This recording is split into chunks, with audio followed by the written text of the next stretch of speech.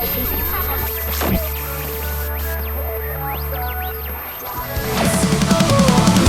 in the radio labyrinth.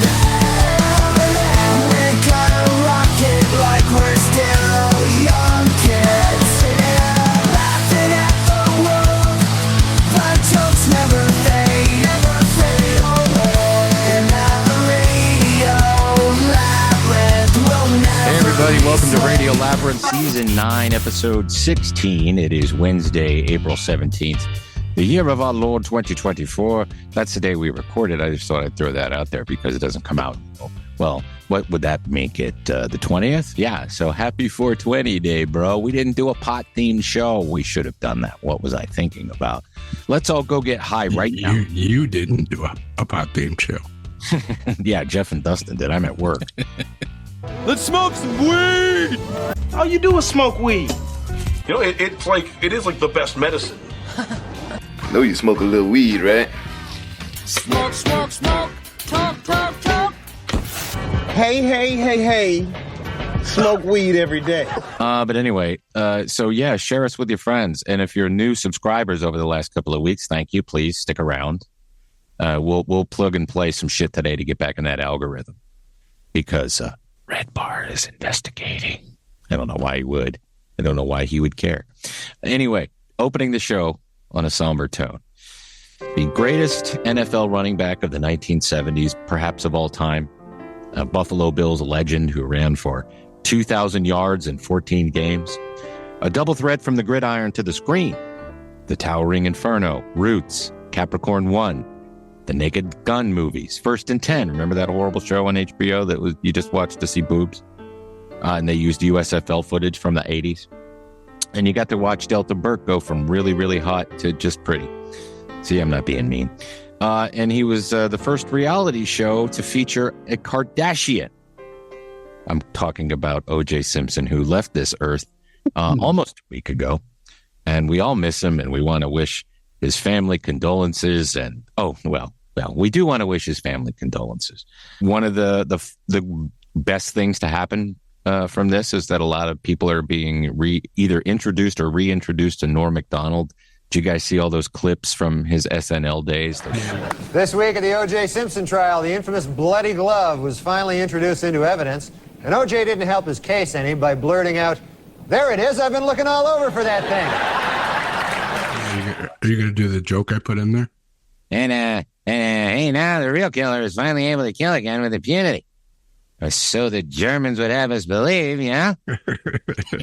Closest it's going to get. Maybe I would be better at these voices if I would practice them. But, I read Jay Moore's book a couple of years ago, or listened to the audio book because he's an impressionist. Why would you read it when you can hear him narrate it and do the voices? But he said, if I don't get the voice on the first try, I'm never going to get it. And that makes a lot of sense. Then it actually works. What else came out of the OJ? The best coverage of the OJ trial and the whole saga was, of course, if you listen to Howard Stern from 94 through 96, fantastic stuff. And a lot of that is available out there. You can find the entire saga. It's over, I think it's like, 25 hours long. And that would include Weekend at OJ's, which was a funny bit where OJ took Ron and Nicole to the bank. Let me get a toaster. I'll take the toaster. What would you like, Ron? And he did the voice, and he had strings on him. Allegedly, they came up with it on air. They probably planned it, but a lot of it was improvised, and it was very fucking funny. And then you had Billy West at the time doing the Judge Ito. Miss Clark, I would like you to come up here, and I want to beat you with my timepieces. Remember, Ito had the clocks.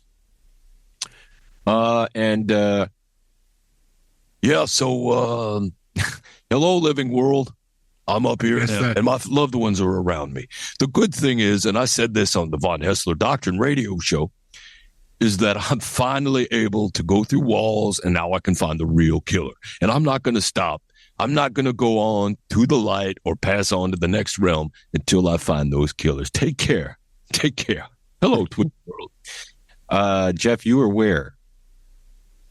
During the chase was one infamous chase that gave us. Yeah, that was the day I got offered the job in Tortola, in the British Virgin Islands, in Mansfield. Yeah. I was working at a restaurant where I worked in college. Of course, this was post-college, but I was there. And the whole bar, man, no one was in the restaurant, so I didn't have to cook. Everybody just stood there watching the TV. Couldn't believe what we were seeing. The birth of the Kardashian empire right there. Dustin, what were you doing? I was actually on stage playing a show at a bar in Macon on campus and called The Brit. And we were going to take a break.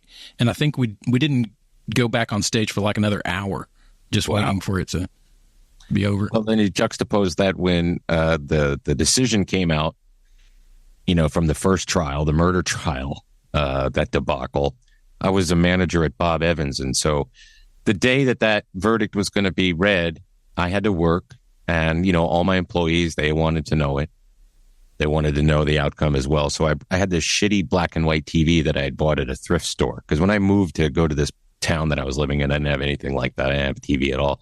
So I brought the black and white TV in and set it up in the break room, found a channel that would come in, that of course would have news. And we were busy that day, I remember, but they were about to announce it. So I said, hey, everybody, if you want to watch the come into the break room and watch this. And it was such a funny thing. I didn't care. I never really cared if he was innocent or guilty. I wasn't invested in it like people were emotionally. I thought the whole thing was a ridiculous spectacle. That's what bothered me more than anything else. Of course, the murders bothered me, but hey, I'm not convinced he did it. He was acquitted. Anyway, so I had the table set up, and everybody that worked in the back of the restaurant, all the cooks, all the kitchen prep guys, those guys were all black guys. And then all the waitresses were white. And so some of the waitresses came in there, and then all the cooks and everything were in there. And when the verdict was read, all the guys cheered. And the look, I remember the looks on their faces. This one girl, her name was Michelle, and she looked like she was going to cry. And she goes, I can't believe it. She just walked out, and everybody else was laughing. And I just looked at the one guy, Dennis, and I went, well, looks like we're going to have some more Naked Gun movies. And they all cracked. We are going to have more Naked Gun movies with Liam Neeson. Oh, yeah. And Pamela Anderson. Yeah. Why? Come on. Nordberg, I have a very particular set of skills. He's like a good actor to do it, though, because he's like taken seriously like Leslie Nielsen was. Yes. Is he going to walk around with a whoopee cushion or a fart? I hope. I did that for you. What do you think of that? Nordberg, I got a fart machine.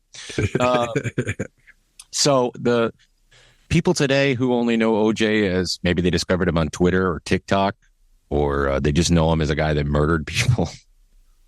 We grew up with OJ, and it was weird. I had always loved him from when he was a Buffalo Bill to being an actor. I remember he hosted Saturday Night Live, and they did that really awkward Black History thing where he was making out with Bill Murray. It was this whole sex plantation thing. You'll have to find it if you want to see it. And of course, when he came out, he was to host. He had a cone head on. But didn't he run through the airport? Yeah, that was the Hertz commercial, wasn't it? Oh, yeah, he did the rental car commercial. So he really was culturally impactful, especially pop culture beyond sports. And he was on NBC. And you can think about back when Tim Meadows was on SNL. He played OJ, like they gave him his job back on NBC, and everybody's freaking out. And he's doing the little pen, the pen on the screen to show you the plays, and he just wrote out, I did it.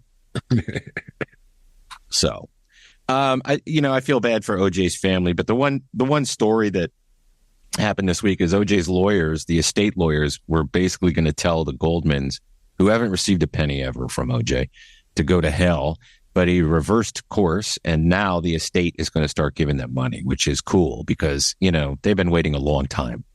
Almost. I thought we're supposed to get all the proceeds from that book he wrote. Well, I don't know what happened to that. All right, look, I'm just saying, y'all. Take care. Take care.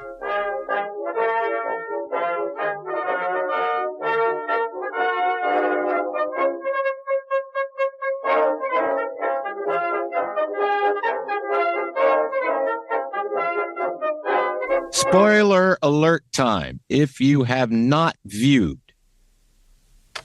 Fallout, if you are only partially through Fallout, if you have one episode to go, spoiler alert, because we're going to talk about Fallout. I wish we could talk about it with Steph. She watched it. She loved it. She watched it? Yeah, she had a lot of downtime. Dustin, did you watch all of Fallout? Did I? No, but we're good. No. I unfortunately, because I spend so much time on YouTube, it fixed that for me. Are you turning into me? You didn't watch it all either because you said last week you're not going to binge it. Yeah, but I lied. You were lying. Yes, of course. It was too good to not binge. Dustin inserts a clip of Tim saying he's not going to binge it. I'm not going to binge it, though. I got to savor it. Why did I lie? Because it was too good. And the problem is that they shouldn't have done it that way. It would be. They shouldn't. Amazon usually doesn't do that. I don't know why they decided to do it. Did they think that no one was going to like it or something? I don't know what the reason was. There has to be a reason, but they don't do that with Reacher. They don't do that with The Boys.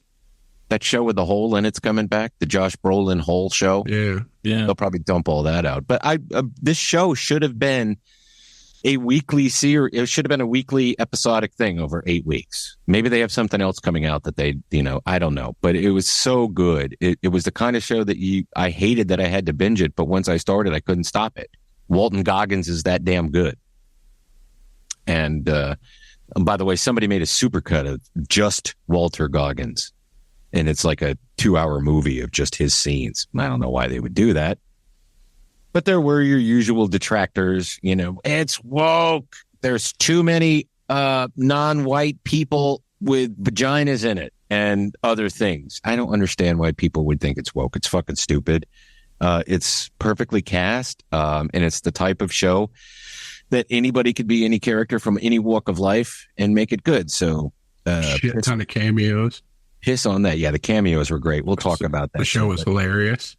It was very funny. It was gross, and it had a lot of violence in it. So all those things work. But the detractors are friggin' idiots, and it's not woke. And if you think it is, even all the people that I sometimes watch on YouTube who shit on everything, they all loved it. So that's how you know it's good, but you have to view it for yourself. But I do think that Goggins steals the scenes. Every scene he's in is his as the ghoul, and even when he's Cooper. You think he's doing a little Timothy Olyphant? When he's what? When he's Cooper? Yeah, when he's Cooper. Ghoul? Yeah. Yeah, I could think. I think a little bit. Yeah. He's really. I thought that when he was doing the cowboy and stuff, I just felt like. Oh, when he was playing the cowboy in the movie, yeah. Okay. So it was a little influenced by Timothy Olyphant. Very good storytelling, by the way it's written, and I think you're right about that. Let's talk before we get to the whole. Well, let's do the whole cast. Well, so do the whole cast. Ella Purnell played Lucy McLean. She's the main character, I would say. Moises Arias was her brother Norm, who gets. Oh, Norm, he's great. Yeah, he's fantastic. Aaron Moten plays Maximus. He was also really good, very understated, kind of failing his way upward. We already mentioned Walton Goggins. He's the ghoul, and Cooper Howard. Kyle MacLachlan, he was the overseer. Hank McLean, who is Ella and Moises' father. Michael Emerson, I would have loved to have seen more of Michael Emerson. He was Wilzig, the doctor. He was in it for a little bit. Yeah, he lost his head, though. Matt Berry, again, he could have been in it a lot more. He's Sebastian Leslie, also Mr. Handy, Snip Snip. Leslie Uggams, who is a longtime actress. She's fantastic. She was Betty Pearson, one of the overseers of the Vault 32. Is that what they are? They're in 32. Yeah. Zach Cherry was good. Understated role. He was Woody. I can't pronounce her name, so I don't want to butcher it. Sartia Chowdhury. She was great as Moldaver. Chris Parnell, he was one of the he had a longer than a cameo role, but he was fucking hilarious as Overseer Benjamin with the one eye. Yeah. John Daly, he was the snake oil salesman. Michael Rappaport was King Titus. I didn't expect any of these, which I loved, and he was right. They just spiced in this little cameo with these huge actors that are only in it for a few minutes. Fred Armisen, DJ Carl, so good, and so Fred Armisen, right? That was absolutely a Fred Armisen thing. In doing that thing where he's like the music critic and intentionally playing that horrible or fiddle music. Can you hear the mids? Yeah, exactly. That's a Fred Armisen thing, and that's right up his alley. And then Eric Estrada, who was great. Yep. And I love that Eric Estrada. Okay, and that was Bubba that dug up the ghoul at the beginning. Yeah. Who? From Forrest Gump. Yeah. It was. Yeah. Gulper shrimp. That's right. I thought that I recognized that guy. I didn't connect it with Bubba. There's ghouls with noses and ghouls without noses. I guess that's about all the types of ghouls there is for us. Bubba. But what did everybody think? You guys like it? Yeah. Yeah, I loved it. What do you think about the ending? Does anybody, do you guys know anything about the games? Because I've been watching a lot of videos. It's leading up to the Fallout New Vegas. It is season. Yeah. It's not going to be the same story, though, right? No, this wasn't even the same story in the video games. Yeah, that's what's awesome about it. Establish the world, yeah. Everything. I think what do you see? The last shot is sort of it's Kyle MacLachlan looking over the horizon. He has flown the suit there, right? Yeah. Well, they took their helmets off. They don't take their helmets off in the game. Listen, nobody knows that but you, gamer. Yeah, we'll talk about that shit when we get Steph's husband on, because he played all the games. Yes. We'll follow up. We'll do a segment with him. Yeah. And we'll talk about it a little bit. I never played any of the games, but again, a friend of mine said if I want to watch playthroughs to start with the third game, and then I don't know. People argue about all this stuff. I don't know anything about it, so I didn't really dive into it too much. But I did watch a lot of videos to see Easter eggs and breakdowns and stuff like that. I like the retro futurism stuff where all the text stopped in the 50s. Yeah, and that I read a theory about that is that in that world, in that universe, they never discovered the microchip, and they weren't able to do anything with silicon or whatever. Yeah, and that was kind of an interesting thing for me. Yeah,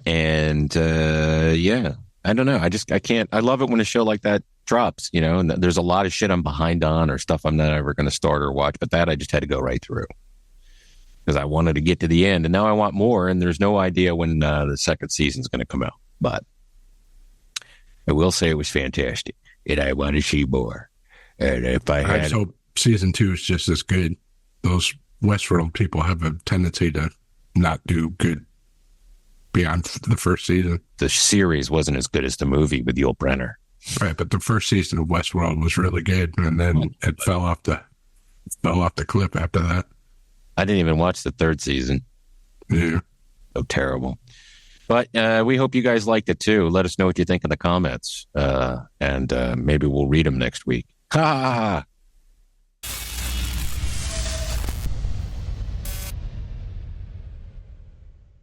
Now it's time for Jeff's favorite part of the show where we talk about podcasts. Talk about podcasts that talk about podcasts, but we also talk about podcasts that we watch or listen to and the things that they say on the podcasts. So we're very podcast friendly on this show. We want those podcasts to either get really mad at us or really happy with us and then talk about us so more people will come and watch our show. That's what we really, really like. People in our comments on YouTube were saying that Red Bar and Mike, they're investigating you. I found out that's kind of a meme. But I did watch it. It's what his army does. It's what his army, that's their little inside joke. They go and they tag all these podcasts with that saying. Yeah. And then somebody said something and I wrote, well, why would he care? We like him. That's what they all say. Yeah. I like his show and he's doing shtick and we'll talk about it in a little bit. But Two Bears, One Infomercial is the name of the latest podcast cringe as of this date. And, the constant bashing of Tom Segura and Bert Kreischer, that's a cottage industry of itself, unto itself. There's so many channels that talk about how horrible they are and how they rip off their fans. And I guess that's an argument that you could make, but they still get tons of views and they still get people going to their shows and selling them out, right? They still have tons of fans. I don't think people are that invested in it. But these videos on YouTube with these guys who talk about them or critique them. They get thousands and thousands of videos too, sometimes hundreds of thousands and tens of thousands. But the point of the podcast cringe episode today was Zyn pouches. And I'm like, why? I've never heard them talk about it. But really, Tom and Bert are really doing an infomercial for those Zyn pouches. Bert, the first thing he did at the punchline was put in 2 Zyns. Yeah. And they're saying that they're not getting paid for it, but then you find out that they might be, which is illegal. Yeah, they started that episode where they really went in on the Zyn pouches and really brought them up and everything. That was probably about a month ago. Yeah. Yeah, and it's just been, I don't know, it seems like lately it's one thing after another. And I think this is probably part of their kayfabe, just to keep you think it's kayfabe to get other people talking about them? Yeah, I think the more I watch these videos I think it's just all a cyclical thing. I think it's all just people that are there. They know that they've got people that are hitting them hard with the, hate from XYZ. And that's kind of, it's the new, where the body's buried. And yeah. And the where the body's buried is a thing that they do to Garth Brooks, unfortunately. Garth Brooks, yeah. Saying that he was a serial killer. I hadn't thought about that, but that makes a lot of sense. But check out Podcast Cringe if you're interested. That's only one of those I really want to talk about this week, because I want to talk about some of the podcasts that we actually watch. Now, I know, Jeff, you don't watch Red Bar at all. Have you watched any of it ever? No.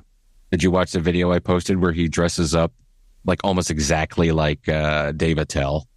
No. Yeah. I thought that was quite clever. He goes, why does he wear a do-rag under his hat? Why does he do-rag under his hat? And look at his clothes. He's poor. He could buy more clothes. Go ahead, Dustin. Well, he made a point that if you go into Amazon and you put in black hat, the first one that pops up, that's the one that Dave Chapelle has. If you put black hoodie, the first one that pops up, that's what he's got. And he had a recorder, so he's playing. From the end of his show. Yeah. Yes. And you have to watch this in clips. I mean, I'm sure he has people that will watch the entire 8-hour show. I don't think I would ever be able to do that unless I just had nothing to do. But I wouldn't even call it a takedown. He's critical of Dave's stand-up. Yeah, it's a whole 37 minutes. But that's true. It was a short special, but he did the recorder thing, which was enjoyable. I've always been a fan of his. And I had a good time going to see him with Jeff a couple months ago. But I do like Mike's take on it, and I think it's funny, and I don't think it's particularly brutal. Do you, Dustin? No, I don't. I think it's his way of, just like everybody in the comments of that video, it seems like another generation that doesn't understand why Gen X loves Dave Chapelle so much. They just see him as this old guy. Right. That's it. They don't see his comedy. They don't get it. I think his stand-up special was probably longer, but maybe they cut out crowd work and shit. Probably. Like sometimes if you're filming it and the crowd work doesn't work, what are you going to do? Right. Just edit it out. Chapelle will be like, cut that out. And we saw him. He did an hour. Yeah, he did a long hour. But there was probably 15 minutes of crowd work in that hour. Yeah, and and he had the other comic come out with him. Maybe that got cut out because he probably did that there. Yeah. He did make fun of all the podcasts because Dave's not really a podcast guy. He goes on the ones that are his friends. But I think when you have a Netflix special, you have to go do all these podcasts. That's why Dusty Slay was. I'm sure Netflix sent him around on the tour. He did everybody's except Roseanne's. And why would you do Roseanne's? There was an old school JRE this week. Last week he had Neil Brennan on, and they talked a lot about conspiracies, especially in Hollywood. They talked about Jay-Z. They talked about... Did you watch that one, either of you? I watched his stand-up special. You didn't watch the Neil Brennan? No, I didn't watch it. Yeah, I thought it was crazy how it took him 18 months to get over that DMT trip. Yeah, that was interesting. It really fucked him up. Did he do ayahuasca or DMT? No, he did ayahuasca first and handled that. So he thought, well, let's do the DMT next. And he just either did too much or it was too strong, but it really messed him up for a long time. And then he tried to do ayahuasca a few months later to see if it would close that door. and it just kind of perpetuated the whole thing. So you do ayahuasca to get rid of the ayahuasca? It's at a certain point, you've got to I don't know if it's 18 months to get over something. I mean, I would try anything after the first 6, I guess. That shit scares me. That's a long ass trip. Even DMT scares me. I don't know that I would ever want to do it. Have you ever done it, Jeff? No, I would though. Yeah. How about you, Dustin? No, I've never done DMT. I know people that have. No, I've never done heroin. You smoked opium. I did smoke opium. So that means you've done heroin. No, it doesn't. Heroin's refined opium. No. But anyway, Joe Rogan this week had one of his first guests and a guy that's been on the show a lot, Graham Hancock. He had a show on Netflix. He's one of those guys that believes in alternative history or archaeology, believes that there was a pre-Younger Dryas Clovis culture that existed with smart humans who taught everybody how to, there was a very advanced civilization that existed prior to the comet hitting the Earth, causing the Ice Age. And this time, there was an archaeologist there. He had a goofy name, and I didn't write it down. I forget it now. And the archaeologist was presenting facts and looking at things and saying why Graham Hancock is wrong. He says, you're entertaining, but, you're wrong because scientists have done this for hundreds of years, and there's millions of pieces of evidence showing that humans learned how to do agriculture, after the Ice Age. And so it was cool at the beginning, and I like those kind of episodes because sometimes I can take or leave Rogan. I mean, it's always dependent on the guest for me. If it's somebody that I'm interested in, I'll keep watching it. Otherwise, I'll watch these, takedown or clip shows. But I had to. They just started arguing, so I was done with it. I'm like, I'll go watch the. I'll watch clips on TikTok if I see them. Yeah, me too. And if it's a TikTok video and it's somebody that an episode I hadn't seen and I like the person, I'll go watch it. Like one of my favorite episodes with Joe is the one where he has Tom O'Neill on, who wrote Chaos about CIA and Charles Manson. I will review that one because I like it so much. But usually I'm a one and done. I mean, that's 3 hours of your life. Talked about Roseanne a minute ago. Jim Breuer was on Roseanne. What are you going on here? Yeah, that was crazy. That was bizarre. Yeah. Jim talking about David. I don't know. These powerful people came, and I don't know who they are, and I know it's probably a terrible Jim Breuer impression, but I don't give a shit. Jim is alleging that Dave Chapelle bolted. Before Dave bolted for Africa, he told Jim Breuer he was visited by some powerful Hollywood people who scared him. And then when he came back from Africa, he wasn't the same person. I don't know if he's a clone, and I don't know. Star Whackers. I think it was the Star Whackers. But that's an allegation or a crazy conspiracy is that he was a clone or that they reprogrammed him. They did Monarch programming on him. Monarch programming, MK Ultra. The MK Ultra the comedian so he would stop being funny. Too bad he's still funny. Yeah, I was going to say, it didn't work. Yeah, no shit. So then I doubled down on it. He has his own podcast, the Breuerniverse. I can't pronounce things that aren't spelled properly. It's a bad portmanteau. And I went and watched it, and he said sort of the same thing. Yeah, I can't say who they were, but. So I did a little research on this. I remember seeing this conspiracy 100 years ago, if you know what I'm talking about. You guys familiar with this at all? I remember it being brought up before that someone spoke to him, and that's why he went to Africa. And then once he came back, his personality was different. Okay. Well, there's this allegedly an organization called the Dark Crusaders, consisting of Bill Cosby. Just get the pill and put it in the water, and then the raping starts. Al Sharpton. Resist we must. I'm Al Sharpton. Louis Farrakhan. Jesse Jackson. Whoopi Goldberg. Robert L. Johnson, who was the owner of BET. And Oprah Winfrey. It says they ran Chappelle out of town because they felt the show depicted and promoted a demeaning portrayal of stereotypical black life. Now, that could be true, the last sentence. Because if you watch the show, it was a little bit crazy. And Chappelle has addressed that people would come up to him and quote lines, and it was always white dudes, coming up and quoting the lines. Like, who's that guy that he did a character that was blind and was in the KKK and didn't know he was black? Yeah. It was funny, but you don't run up to a guy and quote those lines. And they were just quoting everything. And so according to the conspiracy, Cosby decided to bring Chappelle down to a viewing where he just started yelling at him and was disgusted by it. But no one listens to Cosby. And Chappelle at that time wouldn't have listened to Cosby. You can go back to 1988, Eddie Murphy's Raw. Talking to Richard Pryor.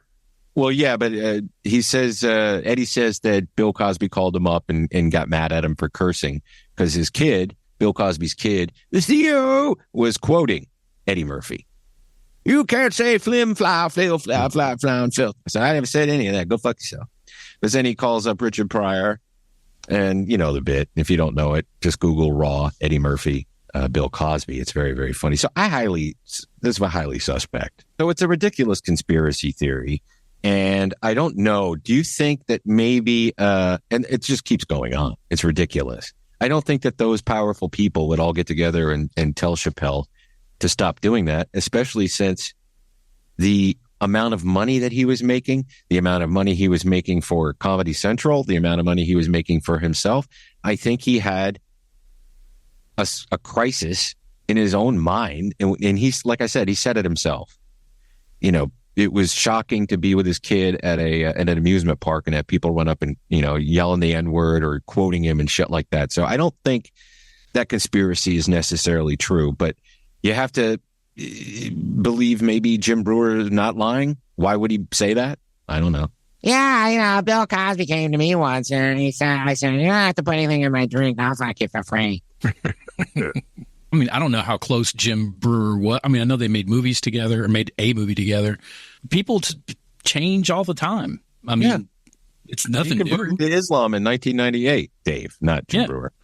He says he wasn't the same person when he came back. And they came up together. They did that movie, what was the name of that movie? Half-Baked, which is a funny movie. And then they were pitched to do a sitcom together that never happened. Probably for the best there, because it wouldn't have lasted. And Chappelle might not have achieved the success. Dave Chapelle is a genius. He's a good writer. He's very funny. He appeals to a broad audience of all shapes and sizes and colors and sexual orientations, except for trans people. Keep that. Oh, real broad. Yeah. Well, hey, we don't support hate on this show, Jeff. And I know that you're not like that, and that you were just kidding.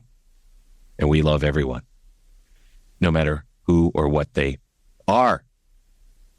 So they can't navigate this weird new world. You can't just speak. You can't just say things. Anyway, so in some other news, I'm done talking about that. Thank you for indulging me.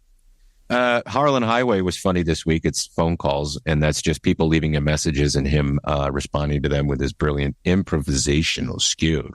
I was going to do Bernie and talk about, AI and how it's infringing on everything. And my idea for that is this year, because we have Joe Biden, who I love, a dear friend of mine, Donald Trump, who I do not love and I am not friends with, and then that guy from Massachusetts whose family always ran for president and for somehow reason thinks he's entitled. Well, he's not entitled. He's just a younger, better looking, more physically fit me with a raspier voice. That's all he is. But Tim said I should introduce the AI country song that he created that Jeff has not heard, but I do know that Dustin has heard it. It is the first single by fictional country singer Jack Walker. It's called Bull Riding. The new genre of country music, country cuck.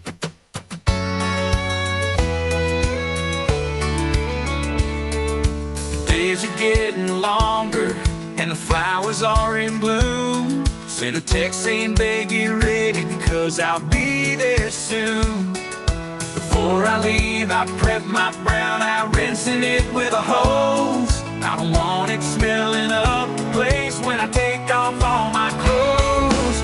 Pick her up at her mama's house, took her to the show. Found the bull that we're gonna bring home.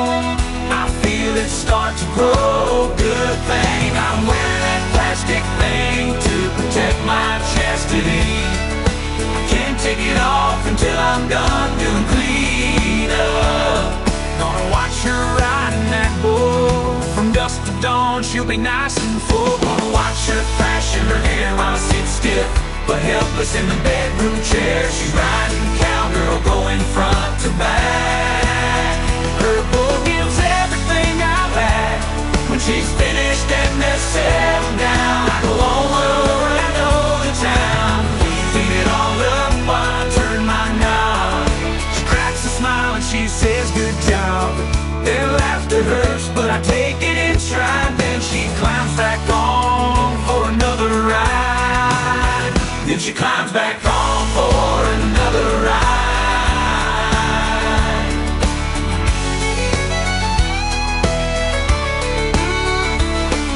She climbs back on for another ride. Don't wanna watch her riding that bull up and down while the moon is full. She's winking at me as she starts to shake until she's had about all she'll take. She's tired out, but I ask for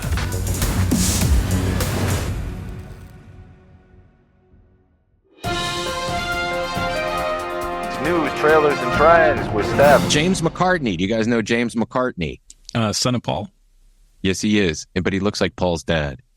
And Sean Ono Lennon, who is John Lennon's youngest son. They put out a single together, and everybody's saying it's fantastic. So the sons of the Beatles, Paul McCartney, Sir Paul McCartney, and John Lennon have a song. It's called Primrose Hill, also known as Boring Knoll. I think Sean Lennon is a very talented guitar player, and he's in the Delirium. What's the guy's name from Primus? What am I forgetting his Les name? Claypool. Yeah, the Claypool Lennon Delirium. They're fun. That's good music, or it might be the Lennon Claypool Delirium. I don't really know, but it's good and I enjoy it. And Sean Ono's done a lot of music over the years. Or Sean Lennon. I didn't even know James McCartney was a musician until this week. And he looks old as fuck. I think he's younger than Sean Lennon, but he looks so old. He was like an old ginger Paul McCartney with, the McCartney eyes, the sagging eyes. Not that means anything. Who cares about that? But it's like a little ballad, and it's about London's panoramic viewing spot in Regent Park. Have you guys heard this song? Yeah, kind of all right. Yeah, Okay. It's a cute little ditty. What are they going to go on tour? Are they going to get Zach Starkey and George Harrison's son go on tour? George Harrison's son opened for ELO when I saw him live. Oh yeah, how was it? it? It was awesome. Does he sound like his dad? Yeah, a little. Did he play his dad's songs? No. See, nobody wants to hear your shit there, George Harrison. I wonder if they're just pushing I'm sure they're just releasing it, but they're re-releasing Let It Be next month. They're putting the movie on Disney. Yeah, in 4K, and they cleaned it up and everything. It's Peter Jackson doing it from. Yeah. It was sort of a condensed version of the super long. Yeah, he used everything that they took out of it. Oh, he did. To make that. And this is a remake or a remastered. Yeah. I hope there's an animated scene where Homer Simpson drives up in a limousine, rolls the window down, and goes, "It's been done before."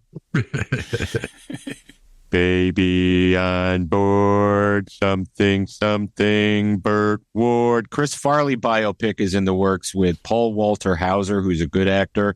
Josh Gad is going to direct it. I am not interested in this. I would rather see a documentary, but There's already been documentaries about Farley. A good one, a long one. Yeah. It's based on he dropped. He dropped the Quentin Tarantino movie for this. Is what? Who did? Paul Walter Hauser. Oh, what was he going to be in that? He's going to be the critic. Remember when they were saying last month that Shane Gillis was going to be the new lead in the Quentin Tarantino movie? It's because he dropped out of doing that movie. To play. All right. Well, I'm going to be interested in it. It's my first gut reaction to these biopics is always, because there aren't that many really good ones. Really, when you think about it. There aren't. Unless it's done by Weird Al. That one was great. Yeah. Weird Al's was great.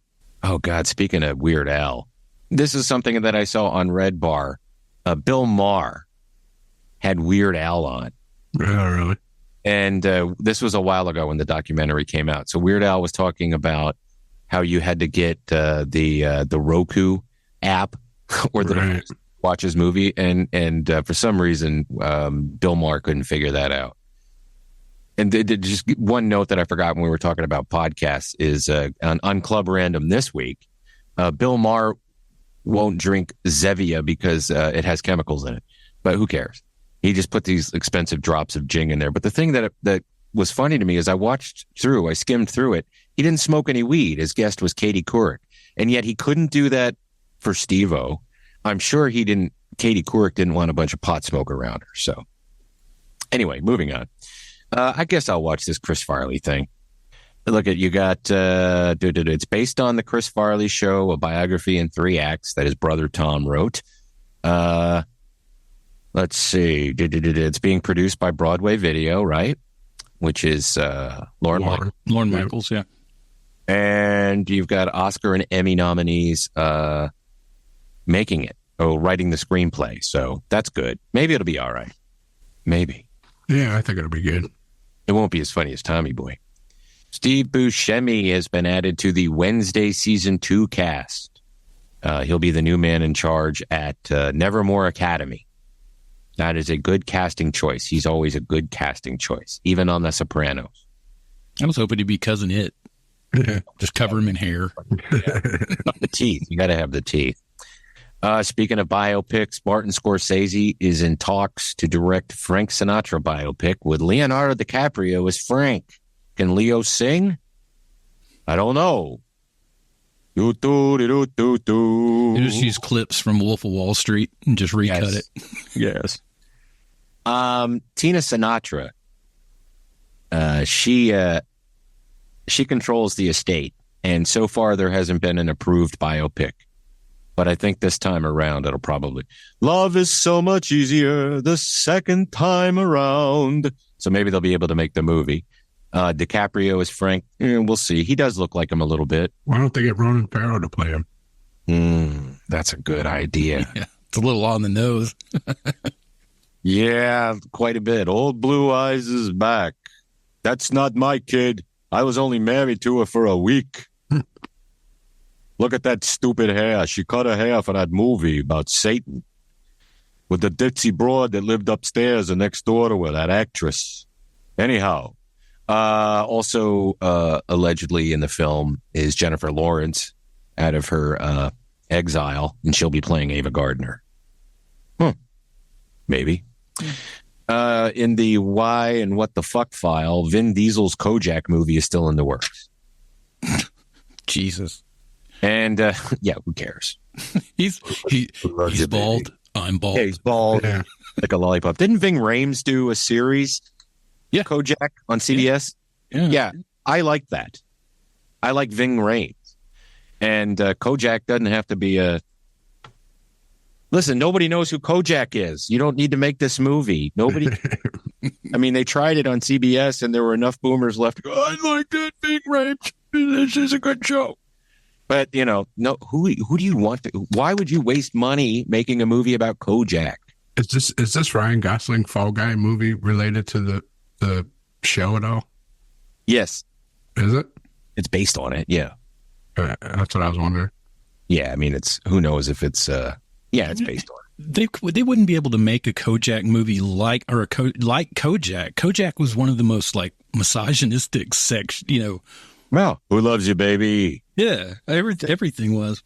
And speaking of which, who the fuck why was he a sex symbol? Telly Savalas. He wouldn't have been today. No, he wasn't until he shaved his head for that one role, and then he just left it that way. He was bald before that. I thought he shaved it for a role, and then he's in the Dirty Dozen, right? Or Kelly's Heroes, one of those movies.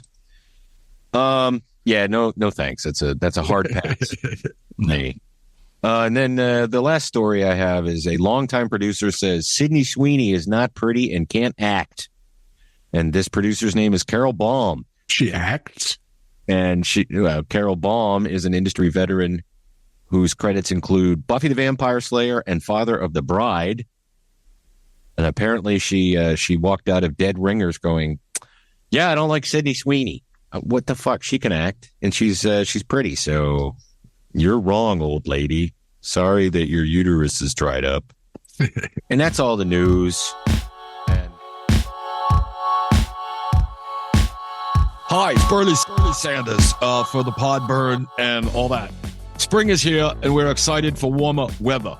Stop in to Atlanta Pizza and Euro for one of their 16 ice-cold draft beers and ciders on tap. They do not have Bernie malt liquor yet, but we're working on it. Try one of the many local craft and domestic beers available in cans and bottles. I hope they recycle them because that's very important. Their featured selection this spring is Spring Waters. Hang on. Let me start over. Their featured selection is this spring is Sweetwater Brewing's Half a Gummy Fruit Punch IPA. There's a lot to unpack there. There's a pot reference. It's IPA. It's got fruit punch, which is what you drink when you're high. You know, the Hawaiian punch guy with the hat. Delicious. It's easy drinking, sweet tasting IPA with low bitterness and delicious fruit flavors. AP&G is a longtime favorite of Kanye's and Covington and the East Metro area of Atlanta, Georgia. They're made-to-order pizzas, gyros, or gyros, however you say it, pasta specialties, and Greek salads are absolutely the best around. They wish to sincerely thank everybody for their business and support, both now and into the future. They have a food truck. Their events are going on regularly, but if you're interested in booking one, just contact Mike Hall at 770-483-6228. Open for dine-in or takeout Monday through Friday, 11 to 9, Saturday, 12 to 9, closed on Sundays. I don't know about the Glory Hole. You guys said earlier it was open again. I doubt it. Celebrity voice impersonated. Do you have a commercial or residential construction printing need?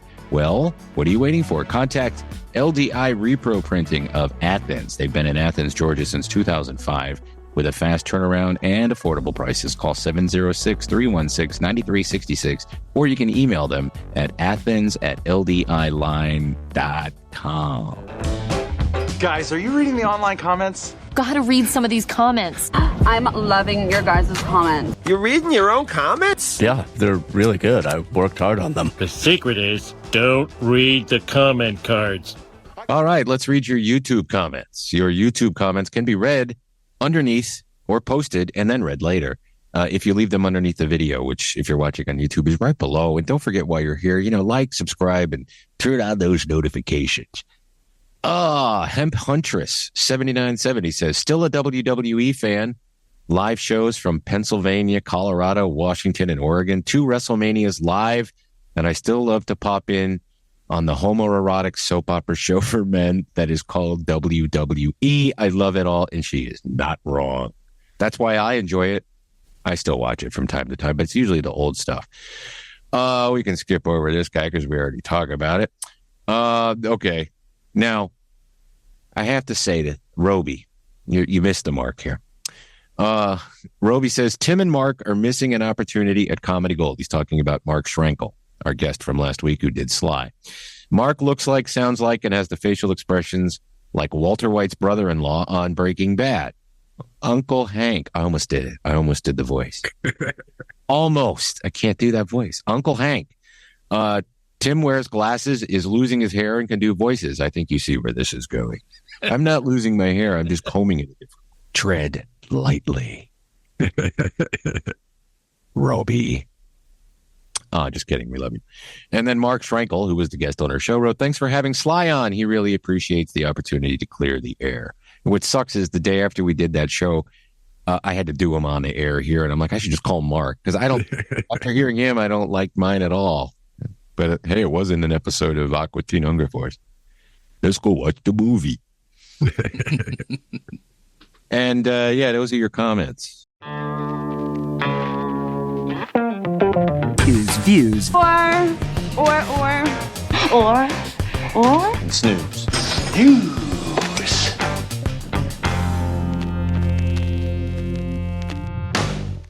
All right. Last week was Fallout, which we watched all of. Mm-hmm. Franklin, which I gave it about 15 minutes and gave up.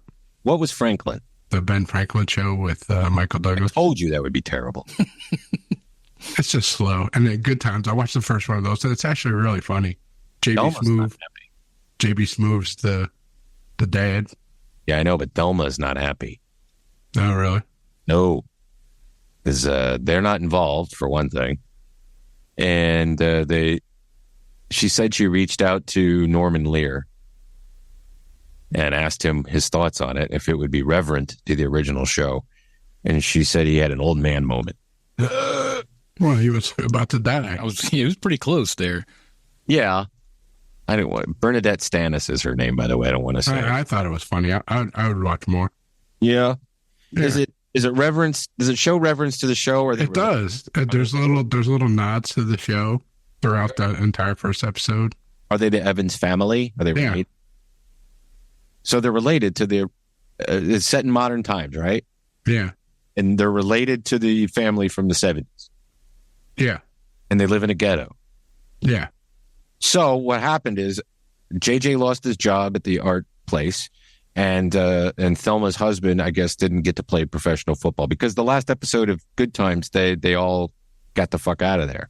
Yeah, it's not like a continuation. It's like a reimagining. All right. But I think you should check it out. I found it to be very, very funny. I thought it would have fit well on like Adult Swim. I bet it would have. I bet I'd like it. Yeah. But I don't want to. I want to be. I want to show some. I want to show support for Bernadette Stannis. Yeah, I guess so. All right, this week, Conan O'Brien Must Go, the new travel show, 4 episodes on HBO Max. How come everybody gets a travel show? He has a travel show. Everybody's got a travel. Eugene Levy has a show. Yeah. Conan was doing it first, though. Yeah, that's true. He went to Haiti. He went there now. He should go to Haiti now. Yeah. And wear a metal suit of armor so no one eats him. The one where it goes to Armenia is great. I bet it is. Conan's so that's 4/18, Conan's birthday. That comes out, so it'll be out by this weekend. Bro, yeah. Out already. Yep. Rebel Moon Part 2 comes out this week. I watched all of Part 1. I don't know if I'm going to watch Part 2. That's a snooze for me. That is definitely a snooze for me. I couldn't stand the first one. Yeah, the first one was bad. I may just watch it if I'm bored. And Goon. I'd rather Goon and Ed. And then the Jinx Part 2. I didn't watch Jinx Part 1, but this Part 2 picks up after the first season of that series. What is the shocking ending? I don't know. Remember the Jinx? I thought you watched that. The Jinx? No, I did not. You know what I'm watching right now? Not to step on what you're doing, but I was not going to watch it, but I started watching The Dynasty, and it's so well done that I got to finish it. Do either of you watch that? Oh, the reboot? No, not the reboot. Oh, the Patriots show? Yeah, the series about the Patriots. That cracked me up, doesn't it? I hear that new Robert Downey Jr. show is really good too, The Sympathizer. Yeah, Mike TV said it was good, and that I should watch it. But that Dynasty show is really good. You'll especially like to revisit the Giants beating them in the Super Bowl twice. Yeah. And I was able to learn how, let's see, to do a Robert Kraft impression is you talk very slowly with a bit of an accent. And we didn't know Aaron killed people. Aaron Hernandez killed people. Yeah. How much for full service? Get that? And a lot of Bill Belichick. You see that story that came out today that Robert Kraft is really good friends with the guy that owns the Falcons. What's his name? Arthur Blank. Yeah, Arthur Blank. I'm sure all the owners are friends. But they're really tight. And you remember for a while, Blank was talking with, Bill Belichick about coming to Atlanta to be the coach. And Robert Kraft talked him out of it. And that's why he didn't get hired here. Said he was selfish and rude and mean and all that. I don't know, man. The guy got you 6 Super Bowl rings and 2 Super Bowl losses. A perfect season that was only put to bed because of the magic that is Jeff's favorite football team, the New York Giants. All right, I'm done babbling. Let's do some staff picks, okay? Yeah, mine's Conan on How One season finale. Season finale. So that's they do a bunch of episodes, take a break, and come back. Yep. Yeah, I like that show when I've seen it. It's always funny. Yeah, Conan just fucking goes nuts on the wings. Oh, he does? Yeah. It's one of the best performances I've seen out of Conan in a long time. Dustin. Let's see. Mine is a movie that I've always wanted to see, and it's available on YouTube. It's called The Dark Backward. It's from 1991. It's Adam Rifkin is a director, writer. It's got Judd Nelson, Bill Paxton, Wayne Newton, Laura Flynn Boyle. Huh? Judd Nelson? Yes. Yeah. Nice. Okay. And it's, if I had to describe it, I would describe it as Eraserhead meets Little Shop of Horrors without the music or the plant. I've seen this movie. I don't remember anything about it, but I'm looking at it on. Yeah, Judd Nelson's a comedian, a horrible, horrible comedian, and Bill Paxton is a crazy street person. Yeah. And the only thing that makes Judd Nelson interesting is he starts growing a third arm out of his back. Okay.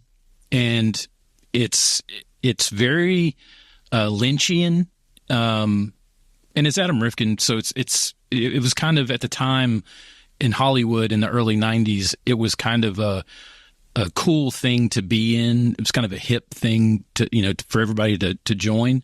Right. And it's got a legacy from it, but I had never seen it, and now that I've seen it, I can't unsee it. I gotta watch it. I guess you can watch it on Tubi. Yeah, you can watch it on YouTube. Actually, the whole thing's there, and I put a link in them. You can watch it on that.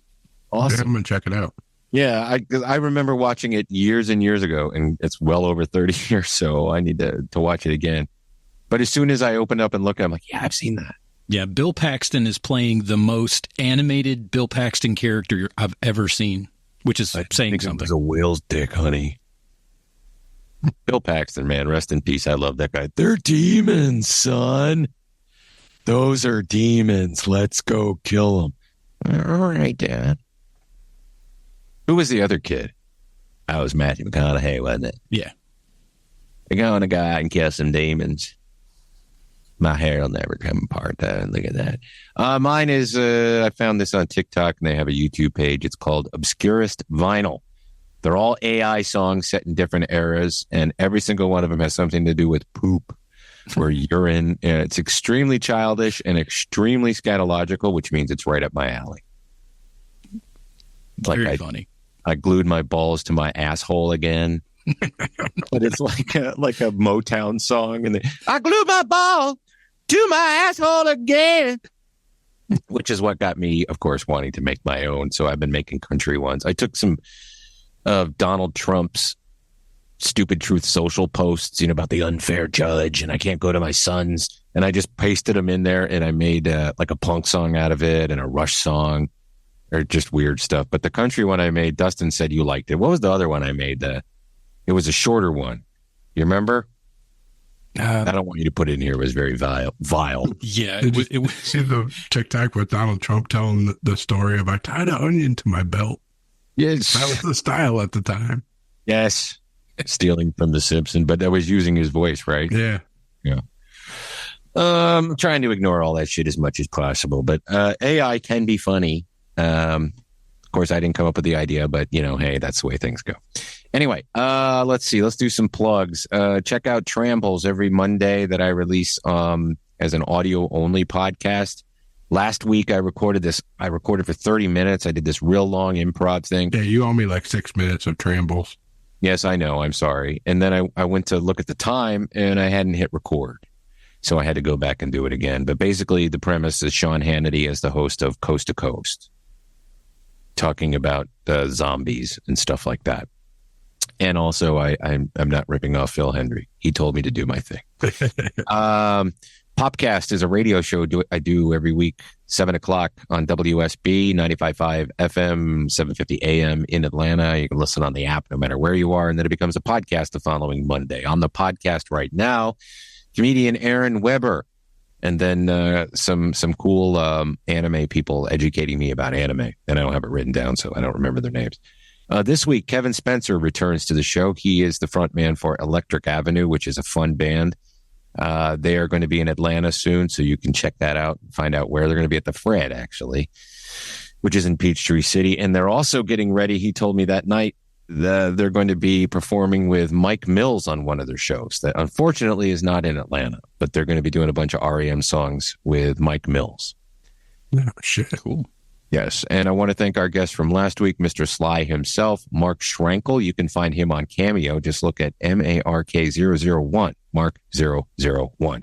And we would love to thank you guys. Listen, if you want to support the show, you can do it in a number of ways. You can subscribe on YouTube, even if you're an audio-only listener. Just go open up YouTube, follow us. Subscribe or whatever you want to call it. Like each video. You don't even have to watch them, but I suggest you do because Dustin does a kick-ass fucking show.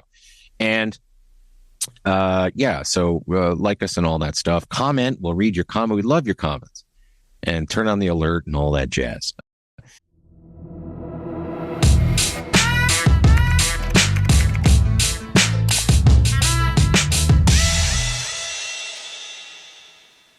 If you would like to become a Patreon member, which is a way you can support us financially if you so desire, not only at any level, you get access to our weekly Patreon-only show, but if you come in at the $25 level, you'll be a producer. So to find out more about that, go to patreon.com/Tim Andrews. Listen, we're close to 1,000 subscribers on YouTube. It's attainable, and we want that. So please share it, or us, with your friends. Thank you to our producers. We love you guys. You guys are really essential to this show and its continuing in legacy. Tim Slayton, Brian and Chelsea Smith, Jeff Peterson, Jim Fortner, Terry Fuller, Chris Chandler, Roby Neely, Mike D, and Matt Carter. Don't forget, if you sign up at the $25 level, you get a T-shirt from our T-shirt store. You get a doodle from me, whether you want to, I'll do a pencil and pen or whatever you want. I'll do a doodle for you, and we'll mail it to you. Stickers, we still need new stickers, so accepting your ideas, Jeff and Dustin, if you have any ideas, let's do some new artwork. I'll pay for them, and you get the weekly shout-out. Listen, go to BarkvilleDogRescue.org and donate your money. Steph will tell us the latest with what's going on with them when she returns to the show. But as always, they need people to take in dogs or support them financially because they need to eat. They need bedding and all that stuff and medical treatment and veterinarian treatment. I mean, so yeah, do that. Why don't you? Dog food ain't free, no. That's right. Yeah. All right, you guys. We'll talk to you next week. Thanks for listening. Please remember to keep it canon. Well, they say all good things come to an end. What's that got to do with this show?